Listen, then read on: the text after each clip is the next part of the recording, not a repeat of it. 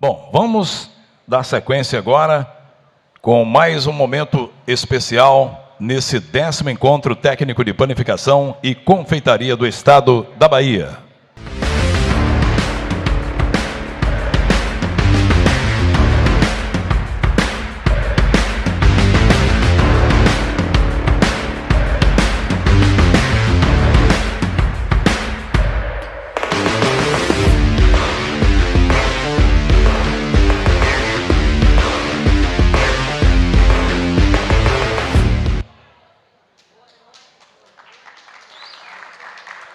A palestrante Paula Ardanza é empresária à frente da marca Cake Bake e franquias, mentora de negócios gastronômicos, consultora em capacitação empresarial. Para proferir a palestra Desafios, Perspectivas, Estratégias e Sustentabilidade para os Negócios de Alimentos, vamos receber então Paula Ardanza. Muito boa noite, Feira de Santana. Antes de começar, eu quero saber se tem alguém com sono. Está todo mundo acordado? Vocês estão com disposição para uma hora dessa me ouvir falar sobre gestão, né, gente? É um tema árduo para trazer aqui para vocês, mas eu prometo trazer de uma maneira muito simples, prática e da forma que a gente vive no dia a dia, porque eu me orgulho muito de dizer que, assim como vocês, eu vivo o dia a dia de um negócio de alimentação na pele. Não é de panificação, é confeitaria, mas os desafios são muito similares. E eu quero trazer aqui para vocês como a gente pode trabalhar com gestão de uma maneira simples, descomplicada e que facilita a vida de vocês. E por que é que Paula está aqui falando de gestão para vocês? Quem é essa menina que está aqui falando de gestão, né? Por que eu estou aqui diante de tantos empresários com tanta experiência? Quem aqui tem mais de 10 anos de negócio? Levanta a mão para mim. Olha só. Mais de 20 anos de negócio. Pois é. Então, essa menina aqui... Melhorei muito, né, gente? Digam que sim, por favor. Aqui, em julho de 2016, eu vinha do meu primeiro fracasso. Eu achei que empreender com alimentação era muito simples. Eu vou colocar um restaurante, eu gosto de cozinhar e vai dar tudo certo. Doce engano. Quebrei em 2 anos pelos mesmos motivos que eu vou mostrar a vocês aqui hoje. Só que eu tinha uma escolha nesse momento. Ou eu voltava para o mercado de trabalho, eu era publicitária, ou eu continuava empreendendo. E eu decidi, me juntei com minha melhor amiga, juntei o pouco que restou daquele restaurante, um empréstimo de 50 mil reais, e aí nasceu a Cake Bake em julho de 2016. Ainda aqui nesse ano, eu passei 1 ano trabalhando, fila na porta, eram 30 metros de loja, nada. Eu limpava, lavava, servia, ia para a cozinha, mas eu continuei cometendo o mesmo erro que eu cometi lá em 2014, quando eu comecei o meu restaurante, que era terceirizar a gestão do meu negócio, que era não entender a produção do negócio. Eu contratava pessoas tentando fazer aquilo que eu não sabia fazer. E esse é o primeiro grande erro. A gente não tem condição de contratar uma pessoa para cuidar de nada do nosso negócio que a gente não entenda minimamente. E depois de 1 ano trabalhando sem ver a cor do dinheiro, eu tomei uma decisão. Vou chamar a chefe que eu contratei para ser minha sócia. Preciso dela aqui dentro do negócio, preciso que ela me ajude para fazer esse negócio dar certo. Eu não podia errar de novo. E nesse momento eu escutei a frase que mudou a minha trajetória. Essa pessoa que eu admirava muito olhou para mim e disse: mas o seu negócio não dá nem para vocês 2? Imagina para 3. Fecha esse negócio, não vai vender bolo, doce, isso não dá dinheiro, isso é sem futuro. Eu, lógico, me senti arrasada naquele momento, mas eu tinha, mais uma vez, diante de mim uma decisão. Eu voltava para o mercado, o negócio não dava dinheiro, ou eu continuava. E aí eu continuei. Então, aqui, 2018, a primeira loja do Shopping Recife, 2019, a segunda loja no Shopping Rio Mar, 2022, a primeira franquia no Shopping Partage, em Campina Grande. Campina Grande já ganhou mais uma unidade e agora, em 2024, estamos abrindo mais uma unidade franqueada no Shopping Manaíra, em João Pessoa. Toda essa trajetória foi fruto de muito estudo, muito trabalho, muita mão na massa. Só que só colocar a mão na massa e estar dentro do negócio com a barriga no balcão, e nós que trabalhamos com alimentação, somos expertos em barriga no balcão, sim ou não, gente? Né? A gente conhece o nosso negócio, a gente tem orgulho de estar dentro do negócio, a gente acha que o negócio só funciona com o dono dentro do negócio. Só que o problema é que esse comportamento gera na vida de todos vocês uma síndrome chamada donodependência. É uma síndrome contagiosa que afeta grande parte dos donos de negócio de alimentação. E aí eu vou passar aqui alguns sintomas, e agora é o momento do confessionário, tá? Eu quero que vocês me digam se vocês se identificam com isso aqui. Retrabalho, nada nunca sai do jeito que eu faria. Sim ou não? Dificuldade em delegar, sobrecarregado, assume muito mais tarefas do que pode fazer e está sempre cheio de atividades. Levanta a mão quem vive assim, na pele. Quem não levantou, está com preguiça de levantar, porque eu tenho certeza que é assim. É ou não é? Olha isso, João. Nunca encontra bons funcionários, o negócio não roda sem ele e não consegue terminar nada que começa porque sempre tem que estar no operacional. Não dá tempo de fazer gestão, não dá tempo de fazer fluxo de caixa, não dá tempo de cuidar do gerencial, do administrativo do negócio. E qual que é o remédio para essa síndrome? Gestão. Esse é o remédio, gestão. Então, eu vou trazer hoje para vocês aqui quais são os pilares essenciais para ter uma operação mais lucrativa e mais autogerenciável. Na minha mentoria, eu tenho muitos negócios de panificação e a primeira grande objeção é dizer, isso não existe. Não existe, se eu não estiver dentro do meu negócio, ele não funciona. Eu tenho bons funcionários, mas precisa que eu esteja dentro do negócio para esse funcionário trabalhar. E eu vou mostrar aqui para vocês que isso não é verdade. O primeiro passo para isso acontecer são processos. O segundo, pessoas. O terceiro, gestão do CMV. O que é que eu quero dizer quando eu falo em processos? Processos é o que vai fazer a sua operação rodar de maneira mapeada, é ter uma rotina traduzida em ferramentas de suporte, é reduzir erro na sua operação, é ter padronização e agilidade em todas as tarefas, é conseguir ganhar escala e é ter independência do operacional. Como é que vocês acham que eu consigo hoje estar aqui com vocês, enquanto as minhas lojas estão fechando em shopping, 10 horas da noite, em cidades diferentes, em estados diferentes, servindo exatamente o mesmo produto, com o mesmo padrão de atendimento e de qualidade do produto?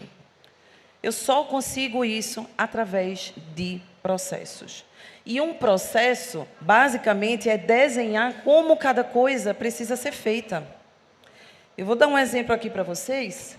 Estão vendo isso aqui? Central de mapeamento do processos.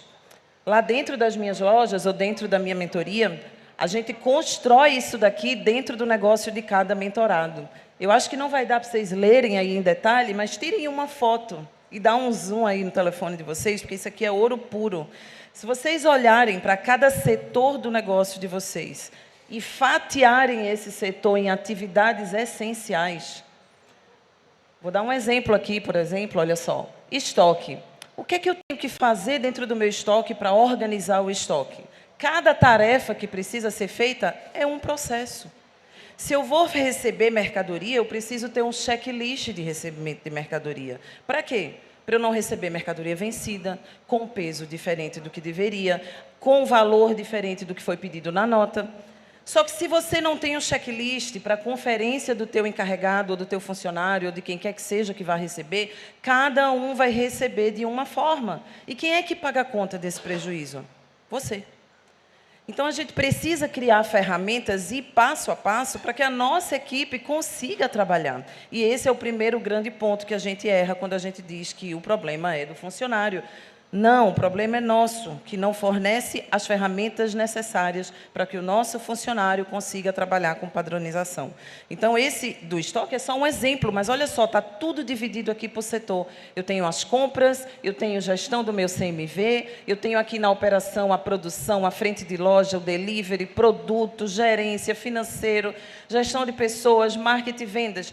Cada quadradinho desse, quando eu clico, eu tenho a rotina desenhada em processo. É assim que a gente faz. Como eu faço isso? Você é a melhor pessoa para fazer isso, porque você conhece a sua operação de ponta a ponta. Você só nunca parou para fazer isso daqui e transformar isso em uma ferramenta de apoio e suporte para a tua equipe trabalhar. É isso aqui que garante padronização, escala e liberdade do operacional. Dá trabalho?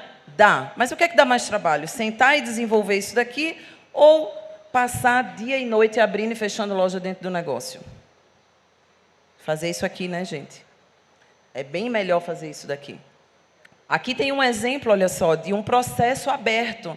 Lembra que eu falei para vocês? O que é que a gente faz lá no estoque para conseguir desenhar processo? Aqui eu tenho de 1 a 13 pontos, 1 a 1, que eu devo desenvolver, e aqui do lado o acompanhamento, se isso já foi feito ou não. Esse é um recorte de uma planilha lá da minha mentoria, onde a gente vai orientando a criação de cada processo dentro de cada setor.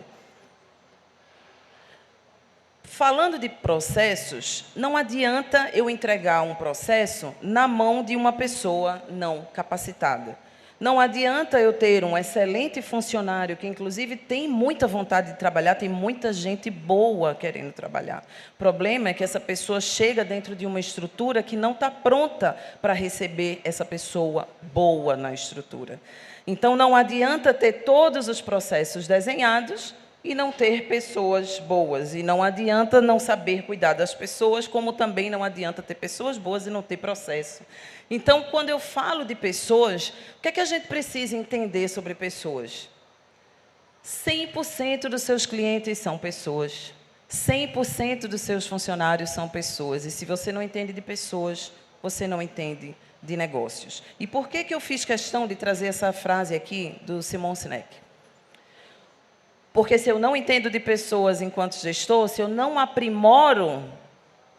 aprimoro para entender de pessoas, o meu negócio vai continuar extremamente dependente de mim. Eu vou continuar tendo alta rotatividade, eu vou continuar colocando pessoas nos lugares errados, sem conseguir identificar perfil. Então, o problema de pessoas começa aqui, gente, na contratação. A gente contrata olhando o currículo, sabendo se aquela pessoa já tem experiência na área de atuação que a gente precisa. E a grande verdade é que 98% das demissões acontecem por perfil e não por habilidade. Vocês sabiam disso? E eu quero que vocês façam uma reflexão de todo mundo que vocês demitem por incapacidade técnica ou vocês demitem por problema comportamental? Levanta a mão quem demite muito mais por comportamento. A gente contrata por habilidade e demite por comportamento. A gente tem que passar a contratar por perfil, por fit cultural com o negócio de vocês. Então, quando a gente olha para um perfil, a gente treina e desenvolve habilidade, mas para treinar habilidade eu tenho que ter processo. Pessoas certas nos lugares certos. Às vezes você tem uma pessoa com excelente potencial, muito tímida, muito calada, e você coloca ela para fazer atendimento ao cliente. Por que você fez isso? Porque você não parou para aprender a estudar sobre pessoas e entender que esse funcionário ele seria muito mais efetivo trabalhando, de repente, no teu estoque ou na tua produção. E aí você tira esse cara lá da frente de loja, onde ele é tímido, ele não fala com o cliente, ele tem pânico de falar com pessoas. E você acha que ele é um mau funcionário e você demite essa pessoa, quando na realidade essa pessoa seria excelente em uma outra função do teu negócio. Só que para a gente conseguir identificar perfil, para a gente conseguir avaliar se essa pessoa está no lugar certo, a gente tem que fazer processos de feedback, reuniões, ter lideranças, microlideranças dentro dos setores, olhando para as pessoas. Quadro de responsabilidades bem definidos. Um dos maiores temas de conflito dentro do negócio são as pessoas não terem clareza sobre o que elas precisam fazer dentro do negócio. A pessoa entra para trabalhar com você, você entrega o fardamento para ela e diz, cola naquele outro lá que tem experiência do setor e faz o teu trabalho. É ou não é assim, gente? A maioria das vezes é assim, né? E aí essa pessoa começa a ter conflito de dizer, eu não fui contratada para isso. Eu não sabia que era para fazer a atividade desse jeito. Por quê? Porque no momento da contratação, ele não teve clareza de para que ele foi contratado. Isso está escrito em algum lugar?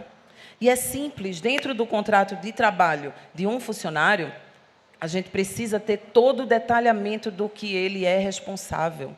Parece bobagem isso, mas às vezes você escuta de um funcionário que é auxiliar de cozinha, que é auxiliar lá da confeitaria, que ele não foi contratado para limpar a caixa de gordura. Aí você diz, mas como que não? Isso é inerente à tua atividade, faz parte do processo de limpeza. Não, ninguém nunca me disse, ninguém nunca me explicou. Aí você tem um excelente funcionário que faz todas as atividades daquele setor e que se irrita com o outro que faz só metade.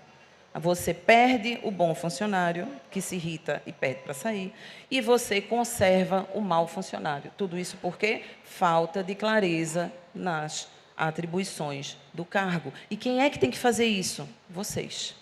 Descrevendo detalhe a detalhe de cada função dentro da padaria, dentro da confeitaria de vocês.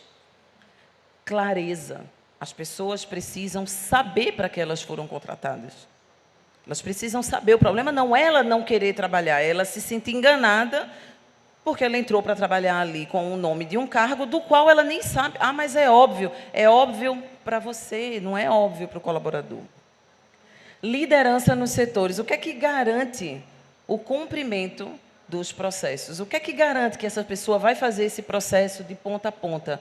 Microlideranças. Lá dentro da Cake and Bake, eu vou dar um exemplo para vocês. Como que eu faço para manter um funcionário empolgado, para dar um plano de carreira? Dentro de uma confeitaria, eu tenho em cada loja 15, 17 pessoas.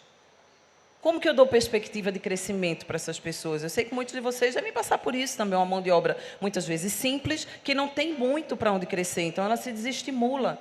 Então, o que é que a gente faz? Desdobramento do cargo, política de feedback, nível 1, nível 2, nível 3 do atendente do balcão. E o que é que essa pessoa ganha de benefício? Uma folga diferente, uma folga casadinha, uma estrelinha de funcionário número 2, lá, nível 2, uma gratificação, uma premiação. Uma premiação adicional trimestral que seja. Então, existe uma série de formas da gente reconhecer, diferenciar um bom funcionário e criar uma sensação de crescimento e evolução dentro do negócio para a gente manter os nossos colaboradores. Mas, para isso, a gente precisa ter as lideranças olhando para essas pessoas, não vocês. Porque se vocês têm lá 20, 30, 40, 50 funcionários, você, como dono do negócio, como que você vai acompanhar cada pessoa em cada setor desse negócio? Então, é para isso que a gente forma microlideranças em cada setor. Porque ele vai fiscalizar o cumprimento de cada processo e, aí sim, levar essa informação para a sua gerência ou levar essa informação para você. Aqui, por exemplo, falando ainda de pessoas, olha só o processo que a gente tem organizado em cada uma dessas etapas aqui, ó. Se eu vou fazer uma seleção de pessoas aqui, quais são as atividades que eu tenho que fazer no processo de seleção de pessoas? Se eu vou fazer treinamento para ter uma equipe engajada, quais são as atividades que eu vou desenvolver? Se eu vou integrar um novo funcionário, isso aqui é um erro comum, pessoal. Isso aqui, ó, de integração de funcionários causa muito problema.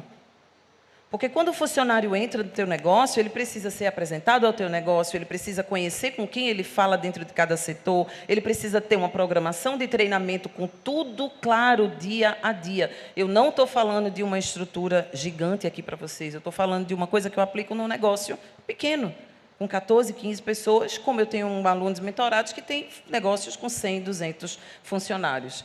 E isso reduz o turnover, reduz o conflito, fideliza a mão de obra na prática. Aqui tem um exemplo, olha só, isso aqui é um POP que eu falei para vocês de um processo. É um POP simples e ilustrado que fala qual que é a etapa de integração de um funcionário. Etapa 1, etapa 2, etapa 3, que começa desde o recolhimento da documentação, porque você muitas vezes joga um funcionário dentro da tua estrutura e ele não recebeu EPI, ele não foi dado entrada na ficha do funcionário com as informações, ele não deu entrada no E-Social, e isso pode te trazer uma série de problemas. Se você tem isso mapeadinho no processo, não precisa ser você para fazer. Você pode ter um funcionário que faça esse processo.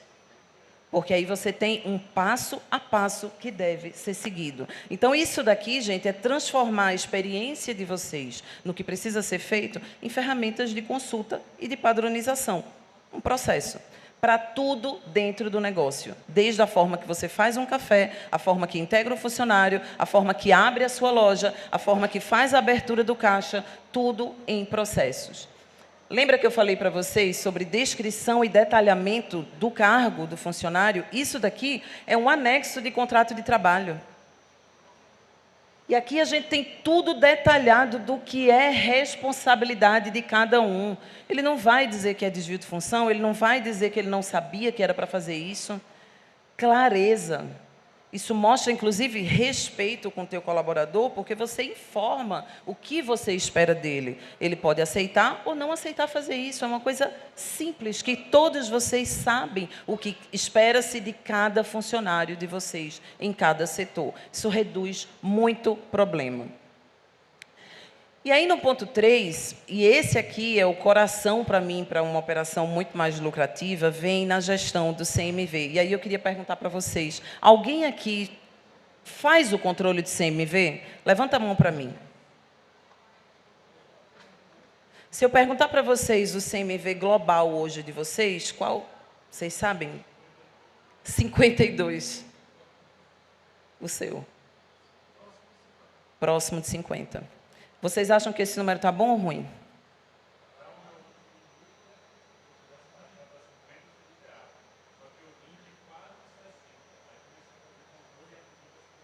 Mas o teu é fornecimento, então. Tá, mas aí o da tua padaria, dos teus produtos, do momento que tu entra a mercadoria e revende, também está na faixa de 50?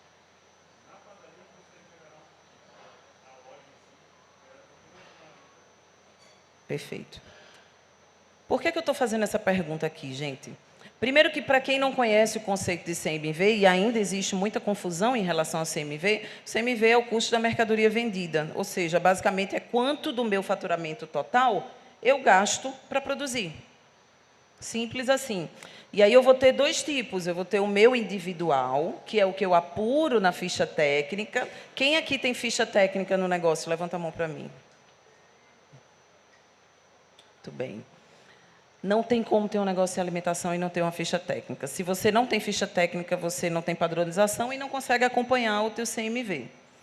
O teu padrão pode até estar concentrado, né, como o colega falou, na mão de um padeiro. E se esse padeiro for embora, ou o teu chefe de cozinha for embora, adeus. O teu negócio pode até fechar. Só que mais grave do que isso é que na ficha técnica gerencial, eu boto lá, eu fiz um bolo. Quanto custa esse bolo? Matéria-prima. Eu fiz um pão, uma massa. Quanto custa essa massa? Essa é a gerencial, a individual. E depois eu tenho o meu CMV global, que é esse que eu apuro pela minha venda total. Vendi 100 mil, comprei 50 mil, 50% de CMV. Por que esse índice é tão importante? Aqui tem uma formulazinha clássica. Como é que eu calculo, Paula? Tira uma foto disso aqui, quem nunca ouviu falar de CMV, porque isso aqui é o básico do CMV. Eu vou calcular, pego um dia lá da minha semana, segunda-feira. Conto o meu estoque inteiro, faço um inventário, coloco isso em valor. Tenho 5 mil reais aqui, Paula. Semana inteira eu fui, comprei, contabilizo toda essa compra e faço uma contagem final. Vocês entendem que estoque inicial, mas tudo que eu comprei, menos o meu inventário, vai me dizer exatamente quanto eu usei de mercadoria. Porque o meu interesse não é quanto eu comprei, sim quanto eu usei. Descobrindo quanto eu usei, eu divido pelo faturamento do mesmo período e eu vou encontrar o meu CMV global, que é o número que os meninos ali estavam compartilhando. No final das contas, quanto eu estou gastando de matéria-prima para vender o que eu estou vendendo? E olha só, gente, aqui é como se eu fizesse uma demonstração financeira bem simples aqui para vocês entenderem a importância do CMV. O negócio de vocês está dividido aqui entre custos fixos, custo de mão de obra, custo de ocupação, prestadores de serviço. Depois eu tenho as variáveis. Nas variáveis eu vou ter impostos, taxas e o CMV, que é a minha compra. E só depois de pagar custo fixo, abater as variáveis, eu vou chegar no meu lucro. Aí, joia. Dá uma olhadinha nisso daqui e eu quero que vocês olhem para o negócio de vocês, olhando para esse número aqui, quando vocês forem calcular o CMV global de vocês. Aqui eu tenho 2 cenários de um negócio que fatura R$200 mil. Preste atenção. Vocês estão conseguindo ver, gente? Está dando para ver? Um negócio que fatura R$200 mil, ele está gastando aqui de CMV 45%. Depois ele tem outros custos variáveis de 10%. O que seria isso aqui? Um simples nacional, uma maquineta e tal. Quando eu somo o custo de mercadoria mais o meu custo variável, eu chego aqui em 55%. Ou seja, se eu vendi 200 mil, 55% já ficou retido lá, né? Precisei comprar mercadoria, precisei abater o imposto, maquineta e tal. Então, a minha margem de contribuição aqui, ela fica 45%. Para quê? Para pagar todos os meus custos fixos, folha, custo de ocupação. E, historicamente, levando por uma média, os teus custos fixos estão na casa de 45%. Então, se tu tem o CMV de 45%, a tua margem de lucro é 0. Agora, se tu vem aqui para o cenário 2 e o teu CMV está em 30%, que é uma média de mercado, olha o que acontece com a tua margem de lucro. Tua margem de contribuição passa a ser 60%, teus custos fixos continuam sendo 45%, e você passa a ter R$30 mil de lucro líquido. Aqui. Então, se você ganha R$30 mil a mais aqui de economia pela redução do teu CMV, no ano a gente está falando de R$360 mil. Paula, e de onde saiu esses 30% de CMV? Existe uma média de mercado para negócios de alimentação que olham para esse índice de 30%. Panificação, pela minha experiência dentro da mentoria, quem produz 80% a 90% e tem 5% a 10% de revenda, trabalha com 28% a 32% de CMV. Eu tenho casos dentro da mentoria, 99% chega com CMV de 50% a 60%. E em 2, 3 meses reduzem 10% a 15% de CMV, com controles e processos simples. É muito dinheiro sendo deixado no meio do caminho por falta de processo. Por isso que se hoje vocês tiverem que colocar a energia de vocês em algum lugar, eu colocaria nesses pontos aqui de controles do CMV. E aí eu quero passar por 3 pontos aqui para ajudar vocês a identificar dentro do negócio de vocês onde que pode estar essa goteira que está levando o dinheiro de vocês. Porque se eu perguntar para cada um, vocês vão dizer, mas a gente não tem perdas aqui, eu não vejo as perdas. E eu vou mostrar para vocês que tem um monte de perdas que vocês não estão enxergando. Mas antes eu quero que vocês batam uma palma para ver se vocês estão comigo. Só para garantir que não tem ninguém cochilando, né? Então, gente, primeiro ponto, isso aqui é um resumo de processos dentro do departamento de compras, tá? Primeiro ponto é fornecedor. Cadastro em fornecedor, ter opções. Fazer negociação de prazos e fazer cotação. Isso parece bobagem. Isso parece bobagem, mas aqui quem é fornecedor aqui sabe como é que o negócio funciona. Quem tem um, não tem nenhum. E meus fornecedores são, meus que vocês fiquem olhando atravessado para mim quem é fornecedor, meus fornecedores são meus parceiros. Eu compro com os mesmos fornecedores há quase 10 anos e faço questão de manter essa relação com eles. Só que eu olho para o mercado o tempo todo e na hora que eu identifico uma oportunidade de compra, eu ligo para o meu fornecedor e ele cobre essa oportunidade. Se você entra num ciclo de hábito de sempre pedir, sabe aquela compra, manda um WhatsApp e pede, manda um WhatsApp e pede, você perde o feeling, a sensibilidade da negociação. E no volume, essa conta aumenta o teu CMV. Então, tá de olho no mercado, fazendo cotação e cadastro em novos fornecedores, te dá poder de negociação. E isso faz com que você reduza a sua compra. Formatos e marcas. Outro grande erro aqui é não testar novas marcas. O mercado está o tempo todo trazendo novas opções e a gente muitas vezes fica bitolada a uma marca que a gente gosta de usar e a gente não olha para outras. E isso pode te fazer uma grande economia no processo de compras. E outra é organização no processo de contagem e compras, ou seja, planejar a sua rotina de maneira inteligente. Tem gente que tem negócio faturando acima de 100, 200, 300 mil, fazendo compras todo santo dia. Como é que você vai fazer gestão se você faz compra todo santo dia?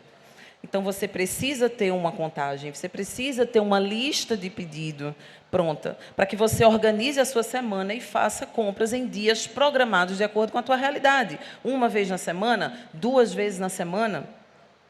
Paula, e como eu faço isso? Olha só, imagina se você faz uma contagem no começo da semana e uma contagem no final da semana. Concorda que você vai encontrar um consumo médio de mercadoria? Você vai começar a entender quanto o teu negócio consome. Então, a partir disso, você cria uma lista de compra. E para com essa história de ficar pedindo uma lista de compra da tua produção.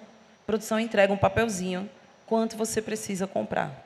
Aí você compra o que produz e o que joga no lixo também, porque você não tem nenhuma referência. Esse é um grande erro.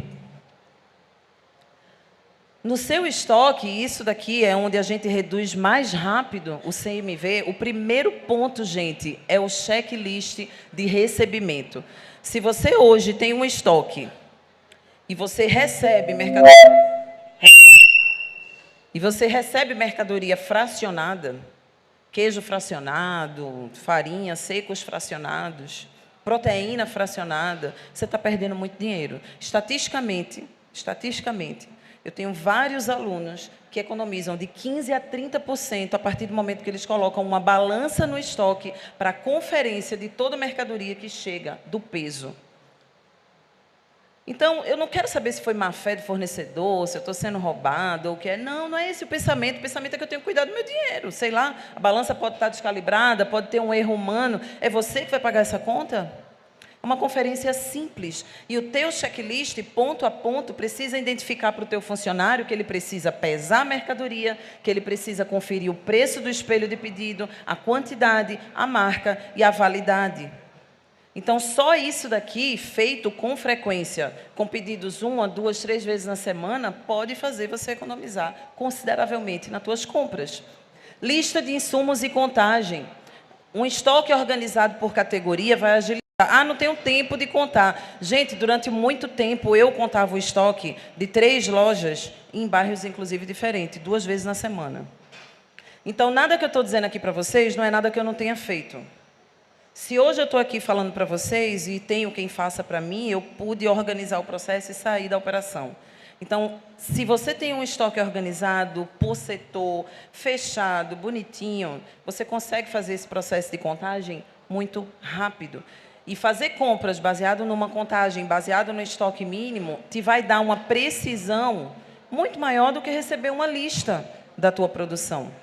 Porque sabe em casa que a gente compra 5 latas de leite condensado, a gente usa sem dó? Agora, se você tiver uma, você usa com cuidado danado. Mesmo que não é isso? E no negócio é assim, se você tem um estoque aberto, se você tem muita quantidade de estoque, a produção usa à vontade, você não regulamenta o uso. Criar quantidades mínimas e máximas por item, e a gente consegue fazer isso daqui. E a gente consegue fazer isso daqui fazendo contagem no começo e no final da semana. Quanto eu tenho no começo, quanto eu tenho no final, quanto eu usei na semana, vira meu estoque mínimo e eu vou ajustando esse processo. Rotina de organização e contagem, da mesma forma que eu falei lá nas compras, de preferência ser feito isso semanal e, com certeza, inventários mensais. Vocês fazem inventário do negócio de vocês para fechar o CMV? Alguém faz? Contagem semanal.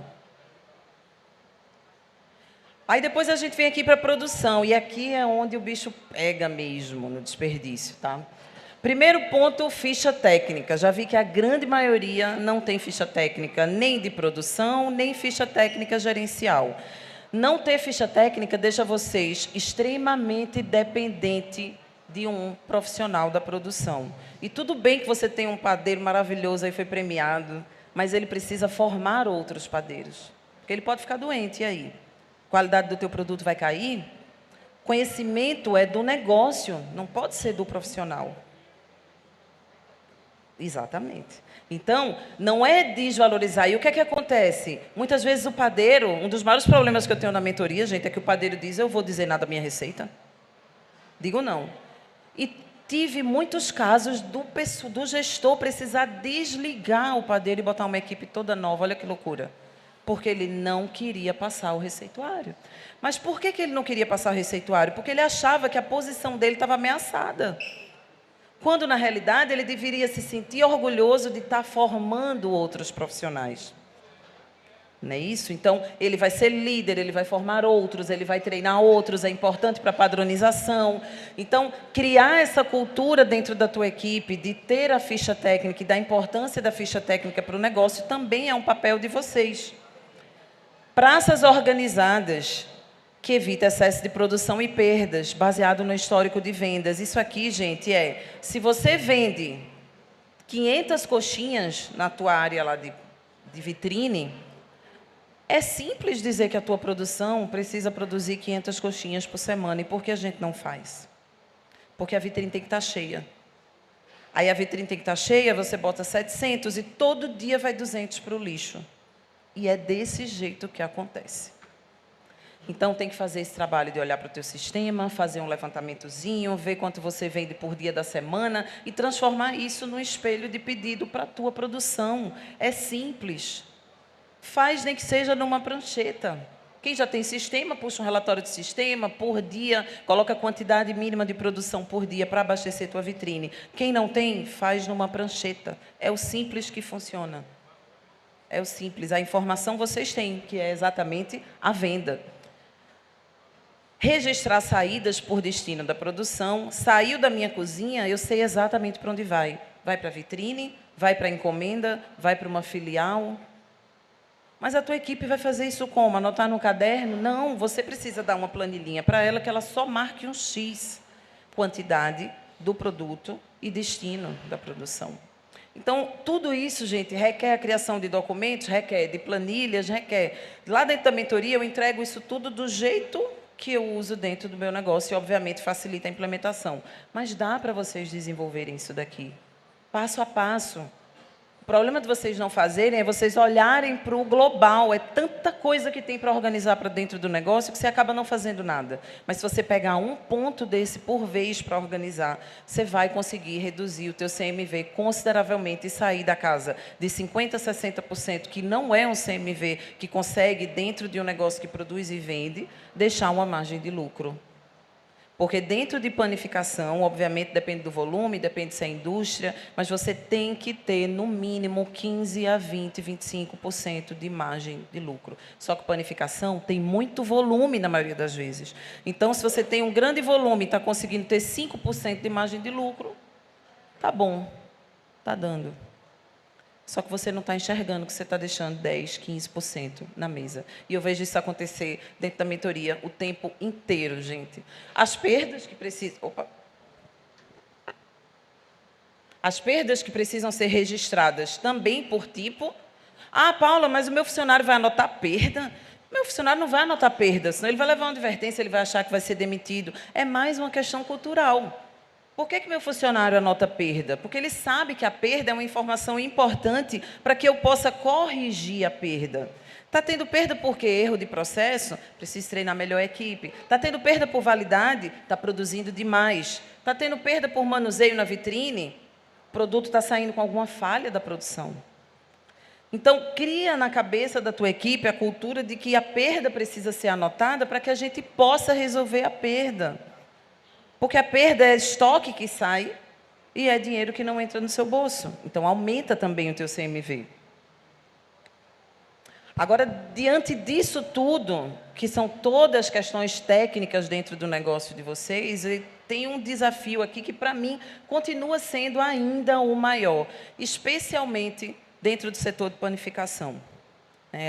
Eu trabalho com negócios gastronômicos, restaurantes, confeitaria, panificação, e apesar de ser uma queixa geral, eu faço muita palestra em outros sindicatos e a mão de obra é sempre uma questão. A falta de mão de obra, o blackout de mão de obra. Mas eu quero insistir para vocês que a gente precisa aprender a formar pessoas. A gente precisa aprender a cuidar de pessoas. Porque na hora que você acha um menino novo, talentoso, que aí está premiado, vai começar a chover proposta para ele, viu? E é isso que acontece. Se você não desenvolve esse menino, não coloca ele para assumir uma liderança, não treina esse menino, não faz esse menino treinar outras pessoas dentro da tua equipe, não cria uma política de incentivo para esse menino dentro da tua estrutura, você acaba perdendo esse profissional e aí é rotatividade em cima de rotatividade. Então, eu sou muito a favor de formar pessoas. Todos os meus líderes hoje, dentro das lojas da Cake, minhas e franqueadas, foram pessoas que não sabiam nada de confeitaria. Mas eram pessoas com perfil e coração ensinável, que queriam aprender, que estavam dispostas, que tinham um perfil similar ao perfil que eu queria trabalhar dentro do meu negócio, a cultura do meu negócio, e a gente formou essas pessoas. E quando você forma pessoas, você fideliza a mão de obra. Então, toda a atenção de vocês tem que estar em se tornar especialista em pessoas. Porque as pessoas, elas não abandonam os seus empregos, elas abandonam os seus gestores. Isso aqui é uma pesquisa da Abrazel, inclusive. As pessoas abandonam os gestores, elas não abandonam a empresa. Então, a gente tem que se tornar um líder melhor, se tornar um líder que inspira a nossa equipe, aprender a formar pessoas para reter mão de obra e não sofrer com tanta rotatividade no bolso e na nossa vida no operacional dentro do negócio. As principais causas de demissão são falta de crescimento proporcional, falta de perspectiva, falta de reconhecimento pelas ações realizadas e ausência de feedback. O bom funcionário faz com que você se acomode, ele não te dá trabalho. Mas aí você também não faz uma reunião com ele para pontuar os pontos positivos do trabalho desse funcionário. Isso desestimula, o funcionário sai e você não sabe por quê. O mau funcionário demora a receber uma punição. Seja uma conversa, seja um feedback, seja uma nova chance, seja uma advertência. Isso desestimula o bom funcionário e perpetua um mau funcionário dentro do teu negócio. Depois você não sabe por que está o maior conflito dentro da tua estrutura. E tudo isso a gente só consegue gerenciar dentro do nosso negócio a partir do momento que a gente tem treinamento constante, política de feedback, lideranças dentro do negócio. E tudo isso precisa ser encabeçado por vocês. Porque a liderança de vocês, do negócio de vocês, tem que refletir a quem são vocês. Isso a gente não terceiriza, a gente forma dentro do negócio. Então, eu sei que eu estou falando aqui com gente com muita experiência, com gente com um negócio muito próspero. Eu me sinto muito honrada em poder subir no palco e falar com pessoas, porque vocês estão acima da grande média de quem empreende em alimentação. Vocês prosperaram. Não sei se vocês sabem que 60% dos negócios quebram em 5 anos. Vocês já prosperaram, mas que qualidade de vida vocês estão tendo com o negócio de vocês? Que orgulho vocês têm do negócio de vocês? Que legado vocês deixam com o negócio de vocês? Então, o fato de vocês terem feito tudo certo até hoje no negócio de vocês e conseguirem prosperar, crescer, escalar, abrir outra unidade, não quer dizer que vocês não possam aprender a fazer as coisas de um jeito novo e de um jeito diferente. Então, eu agradeço muito e de coração. Se eu conseguir abrir a cabecinha de vocês, pelo menos para algum ponto de melhoria dentro do negócio de vocês, porque os analfabetos do século XXI não são aqueles que não sabem ler e escrever, mas são aqueles que não sabem aprender, desaprender e reaprender. E, às vezes, a curva de sucesso do crescimento do nosso negócio, às vezes, a escala, a nova unidade, a qualidade de vida melhor está na capacidade de reconhecer que eu fiz até aqui, era até onde eu sabia. Por que não buscar conhecimento?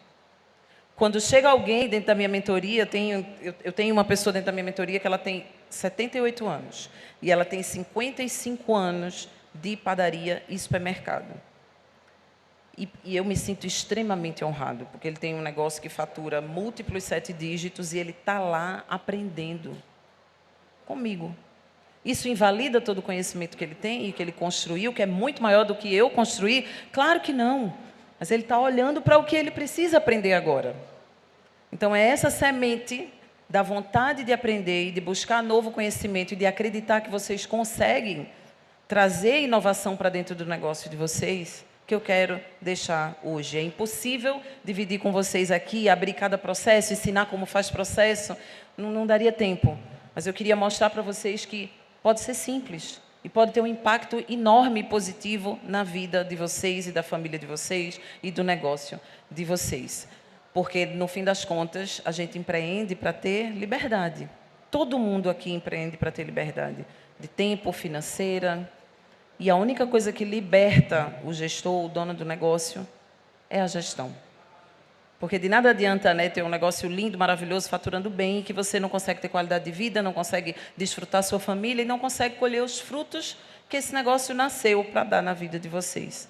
Então, muito obrigada por estarem aqui até essa hora, por me ouvirem. Vou deixar aqui para vocês a minha página, o meu @, e eu tenho um presente para vocês, que nesse QR Code, se vocês escanearem aí no telefone de vocês, vocês vão poder agendar com um consultor do meu time, uma consultoria gratuita, para olhar dentro do negócio de vocês e entender qual que é o maior problema de vocês hoje e dar um direcionamento de para onde vocês precisam olhar. E aí sim, entrar mais a fundo nesses pontos que eu trouxe aqui superficialmente para vocês hoje. Tá bom? Muito obrigada, boa noite, Deus abençoe, fiquem com Deus. Obrigada.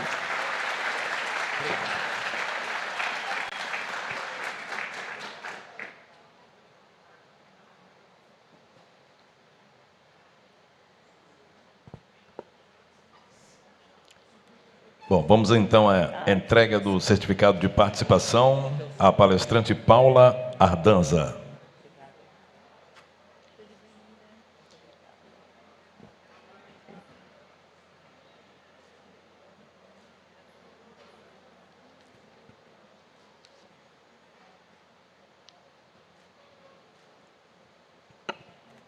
Quem gostou, bate palma então. Aê!